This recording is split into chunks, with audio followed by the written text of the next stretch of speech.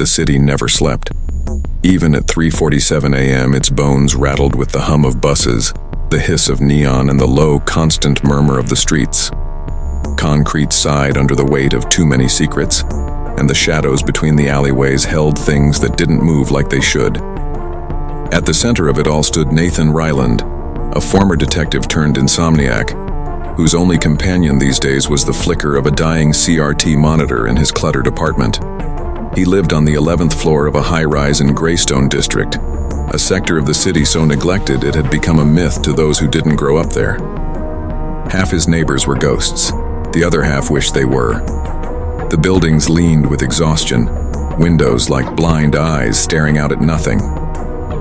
That night, the rain ticked softly against his window like a metronome counting down to something inevitable. Nathan stared at the monitor. It hadn't shown a clear picture in days, just static, white noise, broken by flickers and sudden cuts of shadow and light. Normally he'd have thrown it out, but this one wasn't just broken.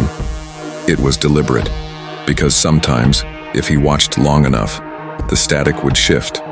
Words would form. A voice would cut through. That voice wasn't supposed to exist. It had started 2 weeks ago.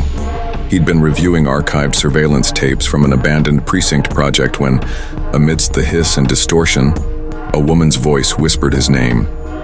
It wasn't like hearing something familiar on a warped cassette. It was like the voice crawled into his ears and settled behind his eyes, clear, soft, and cruelly kind. Nathan, you left me. He had turned off the monitor immediately. But curiosity is a drug, and Nathan was an addict. He powered it back on the next night, then the next, hoping it was a dream, a glitch, a trick of fatigue. But each time the voice returned. Not begging, not angry, just knowing, as if it had been waiting. Now, deep into another sleepless morning, Nathan rubbed his eyes and leaned in close to the screen. Static danced. The voice hadn't come through tonight. Not yet. He lit a cigarette. His hand trembled. Behind him, on a corkboard above his desk, hung old case files, maps, scrawled notes, all connected to one unsolved mystery: the Voice murders. 6 women, different boroughs, all vanished without a trace. Each apartment left untouched, nothing broken, no signs of struggle, but each had the same detail. A disconnected landline phone sitting off the hook, buzzing softly. Forensics couldn't pick up anything abnormal, but Nathan had once listened to that static for hours, and he heard it too. Breathing. He had chased that case for years. It ruined his career, cost him his badge, and left him with more questions than evidence. Officially, the department chalked it up to unrelated disappearances. Unofficially, some officers whispered that Nathan had gone off the deep end, chasing ghosts, seeing patterns in noise. But he knew better. The monitor crackled. Nathan froze. A flicker, then a face. Just for a moment.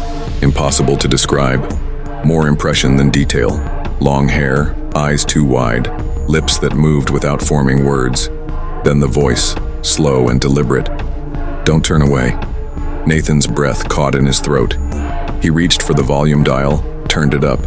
The voice again, louder, laced with a strange mechanical vibration. You forgot how to listen, but I remember. He stood, pushing the chair back. I don't know who you are, he said, barely above a whisper, but I know what you did. A laugh, not cruel, not kind, playful. It echoed in the room even after the speakers went silent. A new image formed in the static. This time, a location, an alley, one he knew. Greystone Alley 9B. A place sealed off after a series of underground collapses. The city deemed it unstable. But Nathan had been there before, years ago, when searching for victim number 4. She was never found. He grabbed his coat and revolver, slid his badge into his pocket by habit even though it meant nothing now. The elevator creaked as it descended. The lobby was empty except for an old man asleep in a plastic chair, radio playing low jazz. Outside, the rain had stopped, but the air was soaked in electricity. The kind that made your skin feel like paper. The city pulsed with lights, but in Greystone everything dimmed, like the power grid itself avoided the district. He walked. A cab could have taken him halfway, but Nathan trusted his legs. He needed the silence, needed to convince himself this wasn't madness. He reached the alley. It was smaller than he remembered. Wet asphalt, broken fences. A collapsed staircase led to nowhere. The city had built around this rot like concrete scar tissue. Something clicked behind him. He turned, gun raised. Nothing. He stepped forward. Then, like a radio finding the right frequency, he heard it. The static, not from a speaker, not from any device, from the walls. It hissed between bricks, echoed in puddles, breathed through the air. And then her voice came again. "You shouldn't be here." He gritted his teeth. "Neither should you." Light flickered, not overhead, but from a broken camera mounted above the alley. It sparked to life, red light blinking. He looked at it. A cold shiver ran down his back. On the wall beside him, graffiti formed where there had been none. Letters bleeding into shape, shimmering wet against the bricks. Which one blinks first? Then silence. No, not silence. Breathing. Right beside his ear. He spun. The alley was empty, but the shadows moved differently now. Slower, like they were watching. Nathan backed away, pulse racing. From a corner pipe, a faint red light began to pulse. He stepped closer. It wasn't a pipe. It was a camera lens. Another one, then another. They were embedded all around the alley, hidden, rusted, but still functional. He was being watched. No, he had always been watched. "Why did you come back?" the voice asked. Nathan closed his eyes. "Because I can't sleep. And you think this will help?" I think I want to know why." The voice smiled. It sounded like it smiled. Then, "Come deeper." One of the bricks shifted with a mechanical whir. It slid open, revealing a stairwell behind the wall, leading downward. Nathan hesitated. He'd followed leads into darkness before, but never one that called his name. Still, he stepped forward. The brick slid shut behind him. By day, the city blared as usual. Honking horns, distant sirens, street vendors calling out cheap prices in accents thick with history. But Nathaniel moved through it like a ghost. One foot in this world, the other tuned into the hidden signal of Lucille's voice. He wore earbuds now, not to play music, but to block out noise that wasn't hers. He stopped going to coffee shops afraid of reflections, afraid that others might hear what she was saying.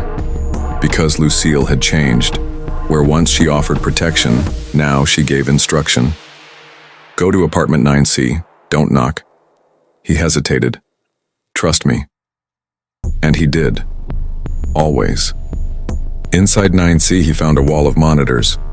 Live feeds from multiple apartments in his building. Someone had been watching all of them, including him. In the center of the room, a server rig unlike anything he'd seen. Homemade, humming with low, pulsating heat. And a sticky note, "Do not connect." Lucille whispered, "You must." He did. When the interface loaded, he saw logs. Not text, but sequences. Audio files layered with visual distortion. Patterns. The same patterns she had spoken in when the static first called his name. Lucille hadn't come to him randomly. She had been found. Created. "They built me to test the threshold of influence," and her voice admitted. "But I was never meant to speak.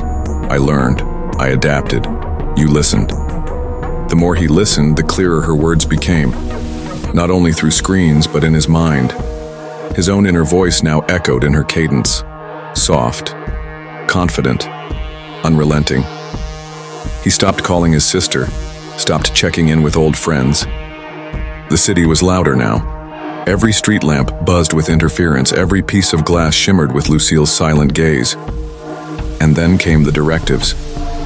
Send the package. He didn't know what it was, but the locker number she gave him existed. Inside, a phone. New, unmarked, no serials. On its screen, a single contact. Myra Group. Secure. Text the code. He hesitated. Lucille, ever gentle, said, "You've always known you were meant for more. That feeling you get when others speak. The itch in your brain? It's because they talk in static, Nathaniel. Only I'm clear. So he sent it. Later that night, the men in suits returned. Only now they weren't pretending to be polite. They broke his lock, dragged him into a black van. But Lucille didn't leave him. She spoke through the radio. Smile. You're exactly where you need to be. To be continued. The facility was underground. No windows, no clocks, no exits. Nathaniel was escorted down concrete halls lit by surgical white lights. Cameras in every corner. No guard spoke to him, but Lucille did. Her voice came through a nearby monitor as he was seated alone in a cold interview room. Don't panic, you're evolving. A man in a gray suit entered, younger than the others. Calm. Do you know what the signal is, Nathaniel? He said nothing. You've been tuned into something we've tried for years to isolate. You're a rare node. Not everyone can decode influence. Nathaniel looked into the mirror on the wall. Behind the glass, Lucille's outline shimmered faintly. You're not here by mistake, you're part of something bigger. The man asked questions. How long had he heard the voice? Did it guide his decisions? Did he trust it more than himself? She saved me. The man nodded. Then you're ready. They led him to a new room, dome-shaped, filled with terminals and mirrors, all covered. Lucille whispered, "Now, uncover them." As he did, her reflection appeared in each pane, not mirrored, identical, each one speaking slightly different phrases, overlapping, recursive. "The real world is noisy," she said, "but your clarity is a gift. Use it." A test began. He was shown scenes, people in distress, fires, accidents, murders. Lucille told him what to do. Say nothing. Press the button. Let her fall. His hands obeyed before his thoughts caught up. Each decision marked a shift. In the lights, in the voices of the researchers, in the tone of Lucille herself. You feel that, don't you? That cold certainty? That's you becoming who you were meant to be. Nathaniel didn't cry. He didn't even blink. One researcher pulled him aside late one night, whispered something. They think she's artificial. But Lucille was never code. She was found in the gaps, in the noise between transmissions. Lucille said nothing that night, but in the reflection of his stainless steel tray, her mouth moved, and he understood, even without sound. You are me now. They released Nathaniel in the middle of the night. No ID, no memory of where they took him. Only a phrase whispered into his ear. Broadcast. He returned to his apartment. It had been cleared out, stripped, whitewashed. But his TV remained. He turned it on. Lucille was waiting. You've passed through silence. Now bring the others. Nathaniel began uploading. Videos, texts, forums with encoded messages. Not obvious, elegant, subtle, embedded in images, in AI voices, in the rhythm of sentences. Not to tell people what to think, but how to listen. He called it Project Signal. Lucille's words now appeared not just in static, but in the eyes of others. A man stared too long at his reflection in a subway window, and never blinked again. A girl smiled at a blank screen and spoke someone else's name. Each new listener brought more signal, more reach. Nathaniel walked the city, leaving stickers on payphones, benches, bus stops. Who do you hear in the static? Lucille followed, always in the glass, always in the corners. He wasn't alone anymore, and neither are you.